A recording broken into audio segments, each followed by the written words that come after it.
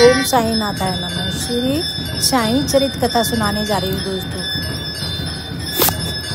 तेरे नाम अनेक तू एक है, तेरे रूप अनेक तू एक है, तेरे वेश अनेक तू एक है। सब देश में तो, सब वेश में तो, सब देश में तो, सब वेश में तो, परिवेश में तो तू एक ही है। तेरे नाम अनेक तू एक ही है, तेरे रूप अनेक तू एक ही है। जय श्री कृष्ण दोस्तों। तो श्री साई चरित में श्री बाबा ही सब दुखों की दवा है। ये श्री बाबा की ही चरित की कथा सुनाने जा रही हूँ। शिरडी में बाला गणपत दर्जी नाम का बाबा का एक भक्त था। एक बार उसे ठंडा बुखार हुआ। उसने बहुत इलाज किए, थोड़ा आराम भी मिलता, मगर बुखार हटता नहीं था। बहुत खर्च करने पर भी फ़ायदा नहीं हुआ तो बाबा की शरण में जाकर उनके चरण छूकर रोते हुए पूछने लगा, बाबा ऐसा मेरा कौन सा पाप कर्म है जो ये बुखार मुझे छोड़ता नहीं है। सब कोशिशें बेकार हो चुकी, इसलिए अब आप ही कोई इलाज बताइए। बाबा के मन में करुणा जागी और वे उससे बोले, बाला हिम्मत मत हारना, तू लक्ष्मी माता के मंदिर के पास जाके एक काले कुत्ते को दही चावल खिला दे, फिर देख नतीजा क्या होता है। बाला के मन में यह सुनकर उम्मीद पैदा हो गई और वह वैसे ही दही और चावल लेके लक्ष्मी माता के मंदिर के पास गया। वहाँ एक काला कुत्ता भी मौजूद था। उसे वैसा ही किया जैसा बाबा ने कहा था। फिर लौटकर बाबा को सब बता दिया। तब से चंद ही दिनों में वो बीमारी से छूट गया।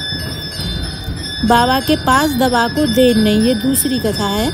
बाबा के पास आने वालों में सब तरफ के इलाज करके हारे हुए बीमार हमेशा आते थे। बाबा जी उन्हें कुछ न कुछ इलाज बताते और निरोग कर देते। एक बार श्रीमान बापू साहब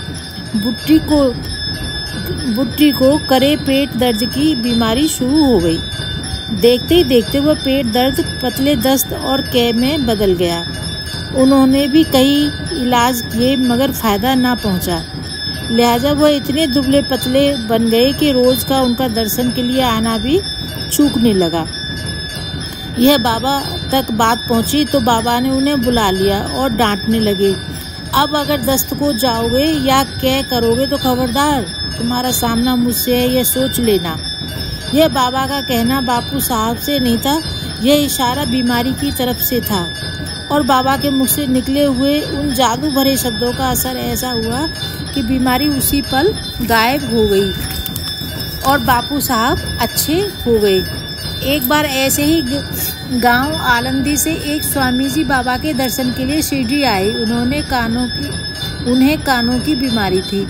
उनके कान में इतना जोर का दर्द होता था कि नींद उनके लिए मुश्किल हो गई। उनके कान में सूजन भी रहती। कई इलाजों के बावजूद जब कोई फ़ायदा न हुआ तो बम्बई के डॉक्टरों ने ऑपरेशन कराने को कहा था। जब वे बाबा के सामने आए तो माधव राव ने उनके लिए सिफारिश की। बाबा सिर्फ इतना ही बोले, अल्लाह अच्छा करेगा, और कुछ घरेलू दवा भी बता दी। स्वामी के गांव लौटने के 8 दिन बाद उनका खत आया जिसमें लिखा था कि दर्द तो बाबा के दर्शन के साथ ही चला गया था, सूजन थोड़ी थी, इसलिए बम्बई में डॉक्टर के पास गए, तब तक वह भी नहीं रही और ऑपरेशन की ज़रूरत नहीं पड़ी। बाबा की कृपा से यह हो गया और बाबा को करोड़ों प्रणाम करते हैं। सभागृह के फर्श का काम शुरू होने से 8 दिन पहले काका महाजनी को जबरदस्त दस्त होने लगे। तब कोई दवा ना लेते हुए जब बाबा चाहेंगे तब ठीक हो जाऊंगा ऐसा सोच के वे रह गए। जब दस्त ज़्यादा ही होने लगे तो आरती न चूक जाए इसलिए वे एक लोटा पानी भर के मस्जिद में ही एक कोने में रखते। बाबा की सेवा करते वक्त अगर पेट में तकलीफ शुरू हुई तो झट से वो एक लोटा लेकर जाते और निकल जाते। जब वापस लौटे तो कोपर गांव और बम्बई से कुछ भक्त दर्शन लेने आए। तब आंगन में जहां रथ रखते थे वहां कुदाल मार के काम की शुरुआत हो गई। आवाज़ सुनते ही साईं जी एकाएक आग बबूला हो गए और जोरों की गर्जना करके हाथ में सोटा लिया। फिर बोले, कुदाल कौन चला रहा है? ठहर जा, तेरी कमर ही तोड़ देता हूँ। यह देख के लोग 9-11 हो गए। काका भी भागने के लिए उठे तो बाबा ने उनकी कलाई पकड़ के उन्हें बिठाया। उसी वक्त उनकी नज़र वहाँ पड़ी एक थैली पर गई। वह भागने वाले में से किसी की थी। उसमें से लगभग 1 सेर बुने हुए मूंगफली के दाना थे। बाबा ने उसमें से मुट्ठी भर दाने निकाले, उनके छिलके निकाले और काका को खाने के लिए दिए और खुद भी खाने लगे। ऐसा लगातार चला और देखते ही देखते दोनों ने सभी दाने खत्म किए। फिर बाबा पानी पिए और काका को भी पिलाया और बोले, जा, आज से तेरे दस्त को छुट्टी, तू ठीक हो जाएगा। अब बाहर जाकर सबको अंदर लेकर आ। काका ने वैसा ही किया। मस्जिद फिर से भर गई और फर्श का काम शुरू हो गया। उसके बाद काका को दस्त की तकलीफ नहीं हुई। संत के श्रीमुख से निकला हर शब्द मंत्र होता है। हरदा गांव में एक सज्जन रहते थे। नाम था दत्तोपंत। उन्हें 14 साल तक पेट में शूल की व्याधि थी। वह साईं जी के बारे में सुनकर दर्शन के लिए आए और चरणों में सिर रखकर बोले, बाबा, इस पेट शूल ने मुझे बहुत हैरान किया है। वह इतना बढ़ चुका है कि मैं दर्द सहने के काबिल नहीं रहा। इस जन्म में तो मैंने कोई गुनाह नहीं किया, मगर ऐसा लगता है कि किसी पूर्व जन्म का कोई पाप मेरे पीछे है। यह सुनते ही बाबा ने उसके सर पर हाथ और कमर पर हाथ रखा और अच्छे हो जाओ, इतना ही कह के उन्हें विभूति और प्रसाद दे दिया। बाद में उनके हुक्म से दत्तोपंत कुछ दिन और ठहरे, सेहतमंद होके ही हरदा लौट गए। काकाजी महाजनी के बड़े भाई गंगाधर पंत थे। उन्हें भी पेट शूल था। जब उन्होंने बाबा से कह दिया तो बाबा ने उनके पेट पर एक जगह उंगली लगाकर पूछा, दर्द यहाँ होता है क्या?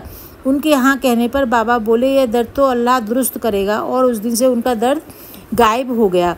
नाना साहब चांदरोकर के पेट शूल के लिए बाबा ने उन्हें घी में बर्फी मिला के खाने को कहा और वे ठीक हुए।